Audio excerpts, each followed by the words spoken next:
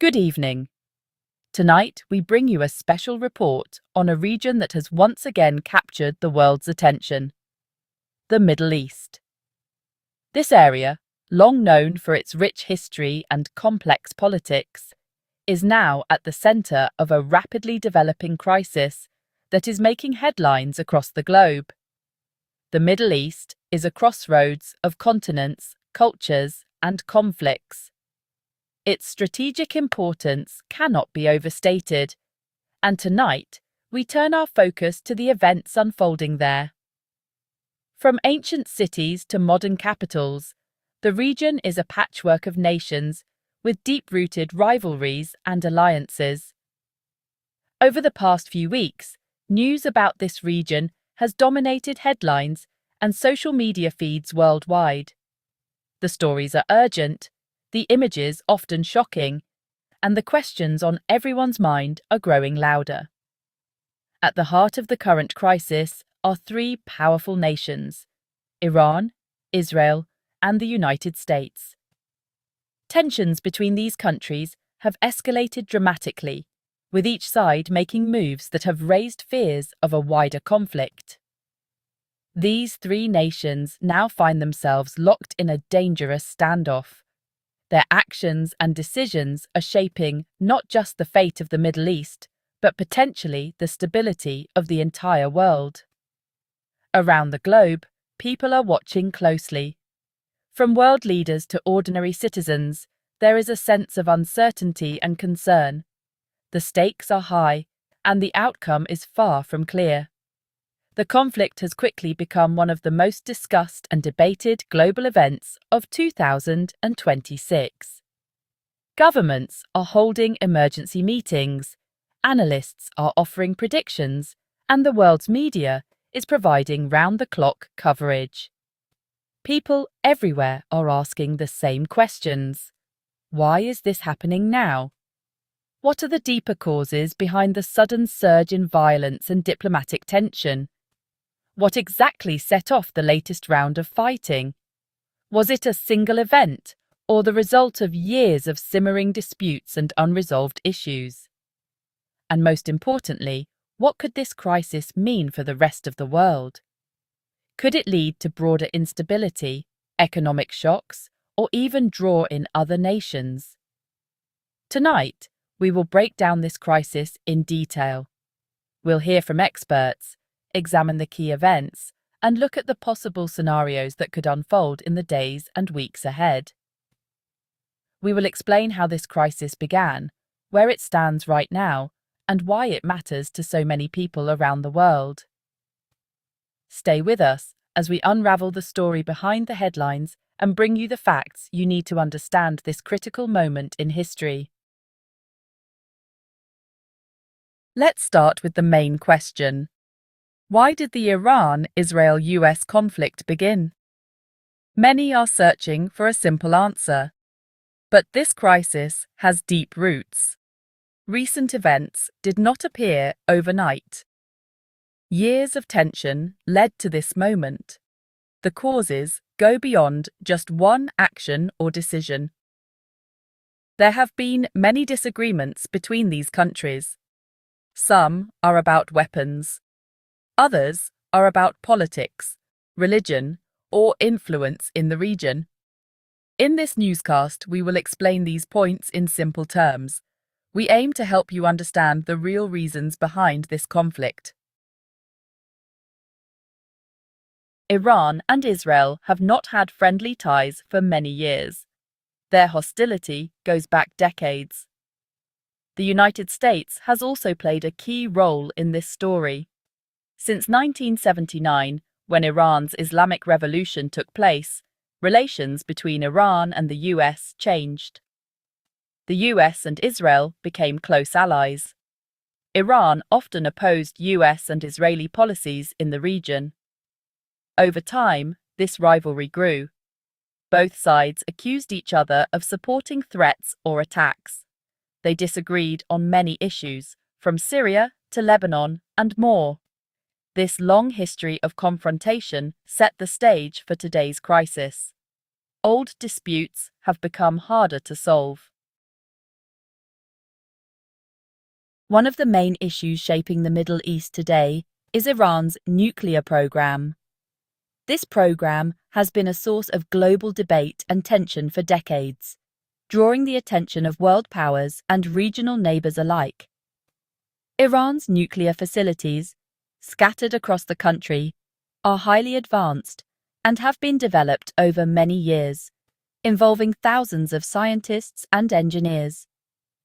The country insists that its nuclear ambitions are focused on generating energy and advancing scientific research, which it claims are essential for its growing population and economic development.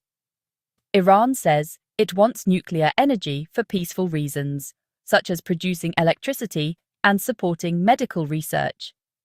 Iranian leaders often highlight their right, under international law, to develop nuclear technology for civilian purposes. They argue that nuclear energy is crucial for reducing reliance on fossil fuels and for ensuring the country's future prosperity. But Israel and the United States remain deeply suspicious. They worry that Iran's nuclear program could be a cover for developing nuclear weapons.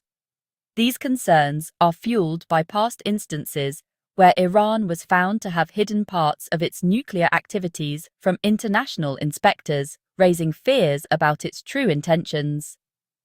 Israel, in particular, believes that a nuclear-armed Iran would pose a direct and existential threat to its security. Israeli officials have repeatedly warned that they cannot allow Iran to acquire the capability to build nuclear weapons, fearing it would shift the balance of power in the region and embolden Iran's allies. The United States has echoed these concerns, viewing Iran's potential to develop nuclear weapons as a major threat not only to Israel, but to the stability of the entire Middle East. American leaders have made it clear that preventing Iran from obtaining nuclear weapons is a top foreign policy priority. Over the years, both countries have worked closely together, using diplomacy, economic sanctions, and even covert operations to try to stop Iran from advancing its nuclear program. Their efforts have included intelligence sharing, joint military exercises, and coordinated pressure on the international stage. Several international agreements, most notably the 2015 Iran nuclear deal known as the Joint Comprehensive Plan of Action, were made to limit Iran's nuclear work in exchange for lifting economic sanctions. These deals aim to create transparency and build trust, with strict monitoring by international inspectors. However, not all countries trusted each other to follow the rules. Deep suspicions remained, with some leaders accusing others of breaking promises or hiding secret activities. This lack of trust made it difficult to maintain lasting agreements. As a result, talks often broke down, leading to renewed mistrust and more tension between Iran and the West. Each failed negotiation seemed to push the sides further apart, making compromise even harder to achieve. Today, the nuclear question remains at the heart of the crisis between Iran, Israel, and the United States. It is a central issue that shapes diplomatic relations, military strategies, and public opinion across the region and beyond. The ongoing uncertainty over Iran's nuclear ambitions affects how all sides view each other's actions, fueling suspicion, shaping alliances, and driving the cycle of conflict and negotiation that continues to define the region's politics. In early 2026, the crisis became much more serious. Israel conducted military strikes on targets inside Iran. Israeli leaders said these were preemptive actions. They claimed Iran was getting close to building nuclear weapons. The strikes hit military facilities and nuclear sites. The United States said it supported Israel's right to defend itself. Some reports say American forces helped with intelligence and planning. These attacks really shocked the region. Iran's leaders said this was an act of aggression. Many countries called for calm, but the situation quickly got worse. In just a few days, what began as warnings became open conflict. Iran responded with force. It launched missiles at Israeli targets. Some hit military bases, while others were intercepted. Iran also supported groups in Lebanon and Iraq to strike at Israel and US interests. As the fighting increased, other countries in the region became worried. Some feared the conflict might spread to new places. Borders became tense, and airspace was closed in some areas. The US moved more troops and ships into the region. Both sides prepared for more attacks. The fighting did not stay just between Iran and Israel. It involved other groups and countries too. Within days, the crisis became a regional conflict, not just a local fight. This war is not just a problem for the Middle East, it affects the whole world. The Middle East is a major source of oil and gas. When there is fighting, oil prices can rise quickly. Many countries depend on oil from this region. Higher prices can lead to more expensive fuel and goods everywhere. This can also hurt trade between nations. Political leaders around the world are deeply concerned. They fear the conflict could get bigger. Some worry it might draw in even more countries or cause a global economic slowdown. These global effects make the crisis even more serious.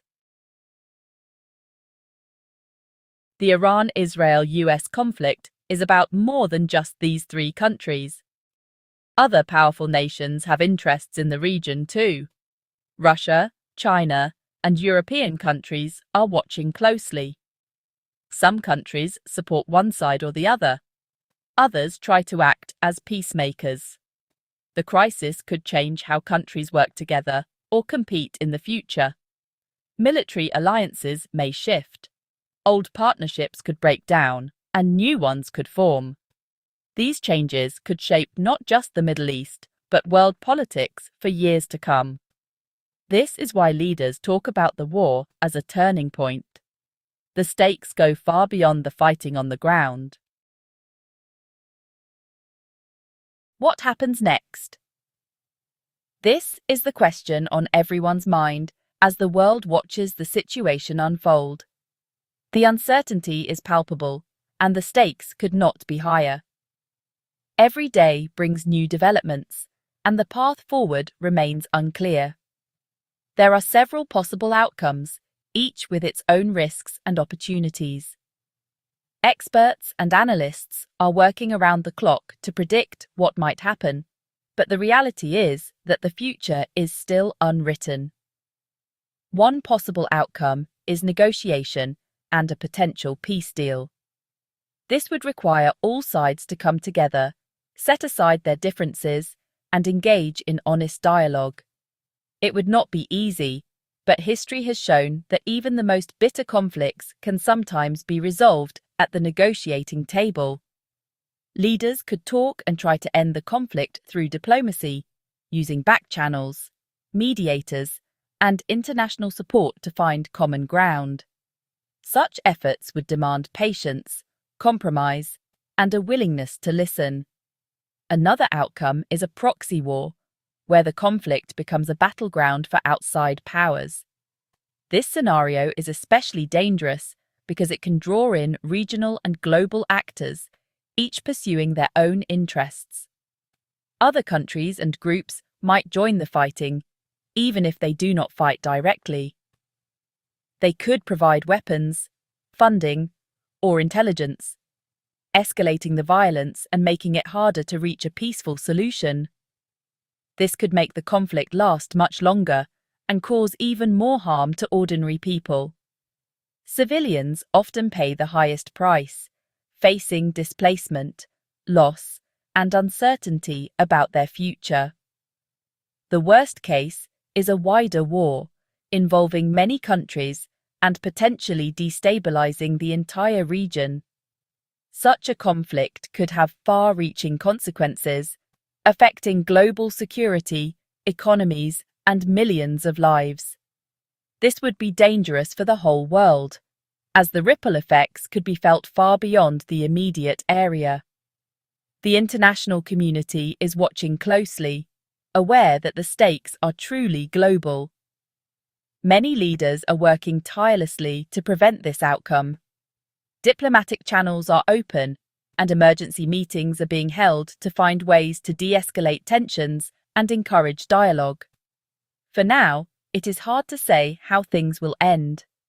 The situation remains fluid, and every decision made in the coming days could have a profound impact on the future. What is clear is that diplomacy is more important than ever.